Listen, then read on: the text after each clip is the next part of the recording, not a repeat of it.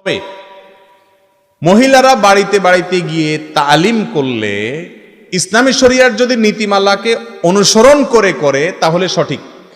কারণ সৎ কাজের আদেশ, অসৎ কাজের বাধা প্রদান পুরুষদের যেমন করতে হবে, মহিলাদেরও করতে হবে। কোরআন এবং হাদিসের একটা মূলনীতি হলো, যেখানে আল্লাহ তাআলা পুরুষদের ডিউটি ঠিক করে দেন নাই, গণহারে সবার জন্য বলছেন, হে ইমানদাররা এভাবে বলছেন, সেটা নারী পুরুষ সকলের জন্য কি হয়? প্রযোজ্য হয়। যার কারণে সৎ কাজের আদেশ, অসৎ কাজের বাধা প্রদান এটা শুধু পুরুষরা করবে না, পুরুষদের পাশাপাশি কারাও করতে হবে। কিন্তু মহিলাদের জন্য কিছু এক্সট্রা কঠিন শর্ত আছে। 1 নম্বর শর্ত হলো পর্দার যে বিধিবিধান আছে সেগুলো সব মেনে করতে হবে। 2 নম্বর হলো সংসারের কাজকর্ম করে অভিভাবক স্বামী হোক বাপ হোক তার অনুমতি নিয়ে তারপরে করতে হবে, না দিলে আপনার জন্য করা ফরজ না, আপনি করবেন না, নির্দেশ লঙ্ঘন করা আপনার জন্য জায়েজ নাই। 3 নম্বর হলো সফরের দূরত্বে যে করতে পারবেন না মাহরাম ছাড়া। অনেক